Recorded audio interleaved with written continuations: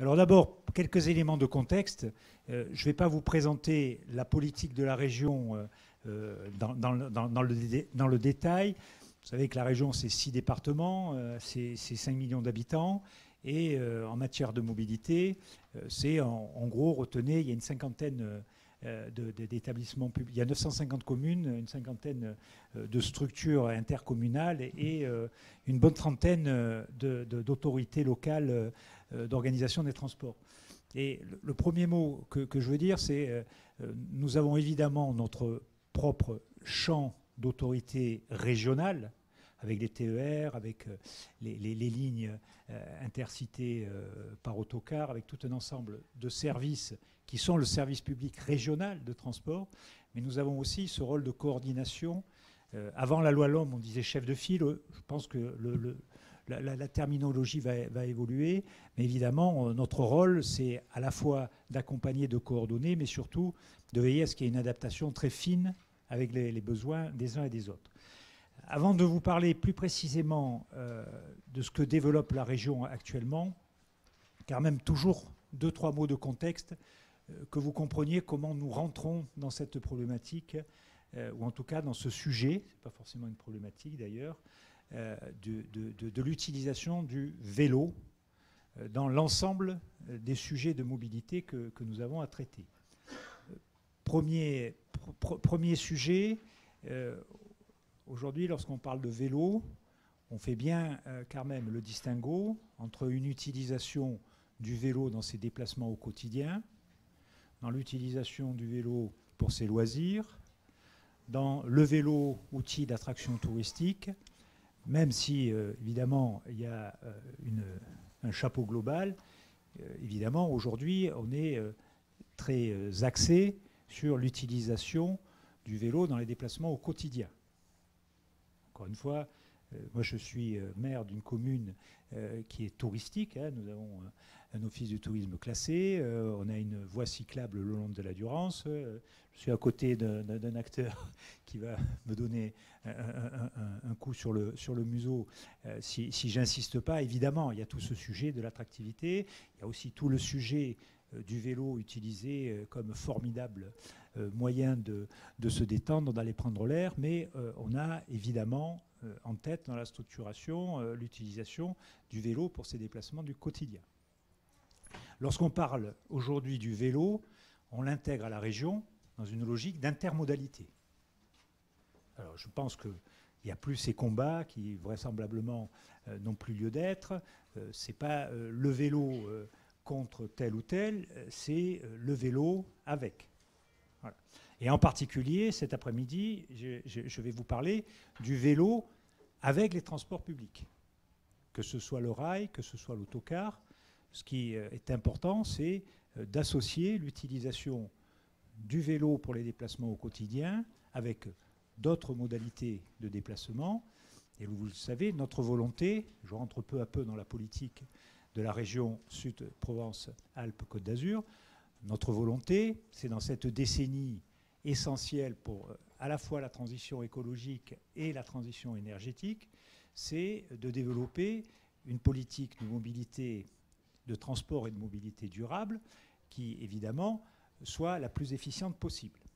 Et donc, j'ai dit 2 mots essentiels, intermodalité, transport public, qui sont aujourd'hui des colonnes vertébrales très fortes, à la fois de nos politiques, mais aussi de nos investissements et du déploiement de nos services. Ce n'est pas le sujet cet après-midi, mais il faut bien avoir en tête que lorsque on parle de complémentarité, par exemple, entre le vélo et le train, et le transport ferroviaire, je ne dis pas une décennie, je ne dis pas en 10 ans, je dis en 2-3 ans, on a eu des évolutions majeures. Et ce n'est pas lié au Covid. C'est que le transport public ferroviaire est redevenu la colonne vertébrale, quelle que soit la région d'ailleurs. Je suis évidemment en contact régulier avec mes homologues dans les autres régions. Aujourd'hui, il n'y a pas une région de France qui n'a pas une politique de rattrapage, de développement, d'amélioration de son système ferroviaire, système de transport de voyageurs ferroviaire. l'intégrant comme une colonne vertébrale à la fois d'une mobilité plus durable, puis également de la décarbonation. Voilà. Je voulais vraiment vous donner ces éléments de contexte, parce qu'il fut un temps où le train était plutôt en décroissance, je dirais même un temps, des décennies. Et je dis souvent aujourd'hui à toutes celles et ceux qui ont raison, qui ont eu raison de tenir et de défendre ce mode de transport. Donc on a vraiment changé aujourd'hui de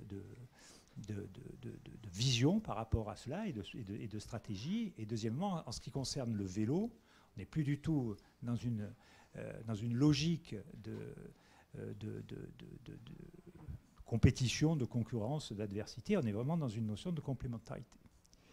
Pour aller peu à peu dans le zoom, et en particulier sur cette métropole, sur ce territoire métropolitain, finalement, les déplacements au quotidien dont je parle, ils se concentrent surtout sur, aujourd'hui, des déplacements de courte longueur, de courte dimension. On va avoir bientôt les résultats de l'enquête qu'a lancée la métropole. Je ne sais pas si ce matin, Philippe en a dit quelques mots. On commence à avoir des éléments. Mais si je regarde ce qui se passe dans les autres métropoles, en tout cas territoires très agglomérés, on est généralement sur 2 tiers, 3 quarts, voire au-delà de déplacements qui se font entre 0 et 1 km et 1 et 3 km. Bon, et si on veut améliorer le report modal, il va falloir que non seulement on continue, parce que franchement sur des déplacements de cette distance, il est bien évident que le vélo en tant que tel a énormément de potentiel de substitution, et là c'est un problème à la fois d'équipement et un problème aussi de comportement. J'ouvre d'ailleurs une parenthèse, moi je me félicite de voir que finalement les comportements ont même anticipé le développement des équipements, donc ça veut dire que pour les élus que nous sommes, aujourd'hui, il n'y a plus de questions, plus personne ne peut se poser de questions.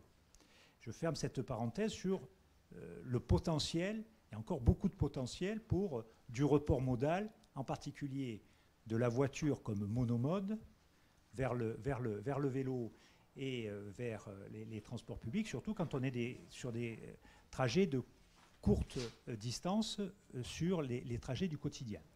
Bon, il y a un champ qui est directement concerné par le sujet de cet après-midi, c'est dès lors que c'est plus long. Plus de 10 km à vélo, je sais qu'il y a parmi vous des pratiquants, hein, donc il n'y a aucun jugement de valeur, mais on rentre un peu dans une autre logique. Donc ce qui est très intéressant aujourd'hui, c'est de se dire, quand on est à plus de 5-10 km, évidemment, soignons ceux qui ont envie de les faire intégralement à vélo, mais comment on s'adapte avec un autre mode de déplacement. Et c'est là que, finalement, ce que nous faisons, nous, la région, ce que font en gros l'ensemble des régions de France, et ce que font finalement l'ensemble des autorités organisatrices qui travaillent ensemble, par application de cette nouvelle loi, donc évidemment je vais dire un mot, c'est évidemment de la complémentarité, de la complémentarité. Alors politique régionale par rapport à cette complémentarité, je donne un premier élément.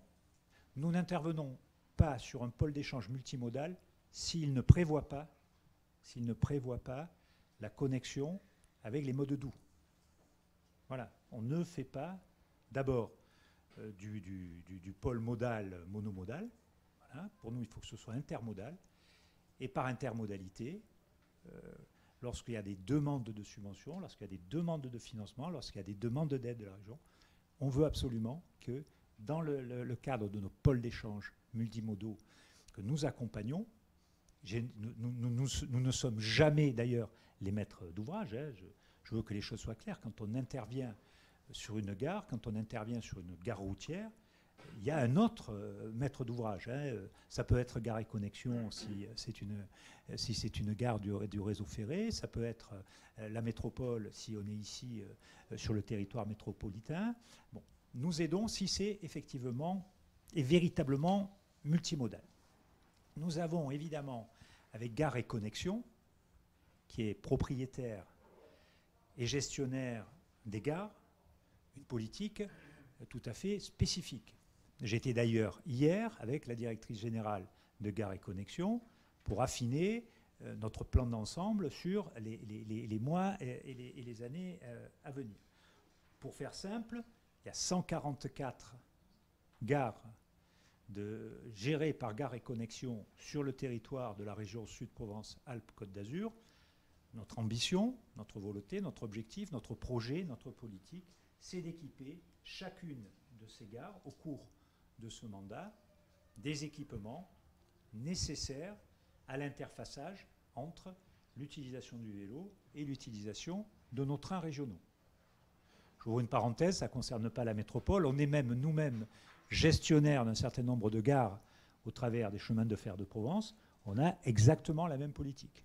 Je ferme cette parenthèse, c'est le fameux train qui relie Nice à Digne via Puget-Théniers, et en particulier le fameux train des Pignes pour les touristes qui en sont. Donc, déjà, premier sujet, nous avons sur les pôles d'échange, et en particulier sur tous les pôles d'échange ferroviaires, et en focusant sur les 144 gares, politique systématique. Il faut qu'il y ait des abris. En fonction de la taille des abris, il faut qu'il y ait un certain nombre de services associés. On doit pouvoir venir chercher son train avec son vélo. En tout cas, c'est notre volonté. Alors évidemment, la loi LOM, la fameuse loi LOM, elle dit on doit pouvoir aussi se déplacer avec son vélo. Voilà.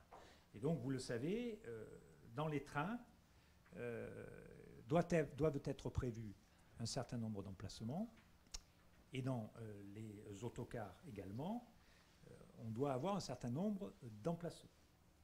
C'est très clairement inscrit dans la loi LOM.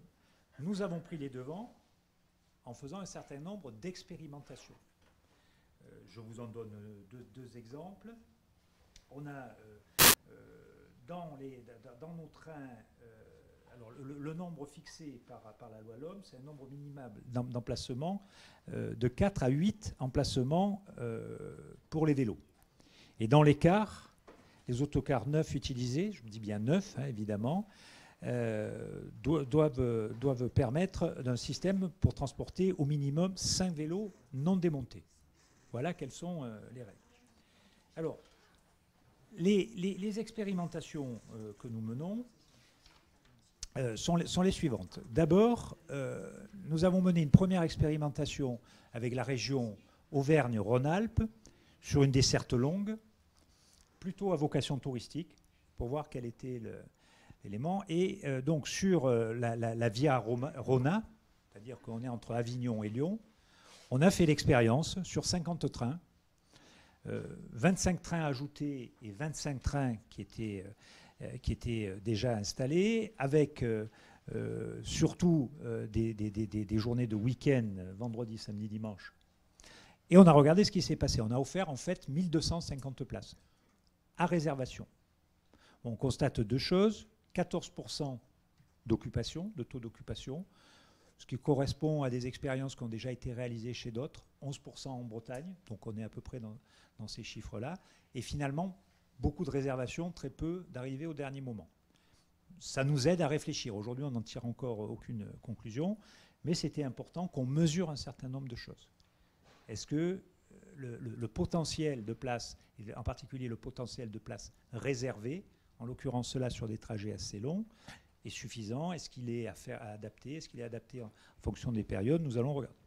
Nous avons fait également une expérience sur des racks sur les lignes d'autocar. Donc nous avons choisi la ligne 15 entre Avignon et Apt, et nous développons également des racks permettant l'emport de 6 vélos sur les lignes 29, 29 bis, 30 et 31 sur l'axe de la Durance.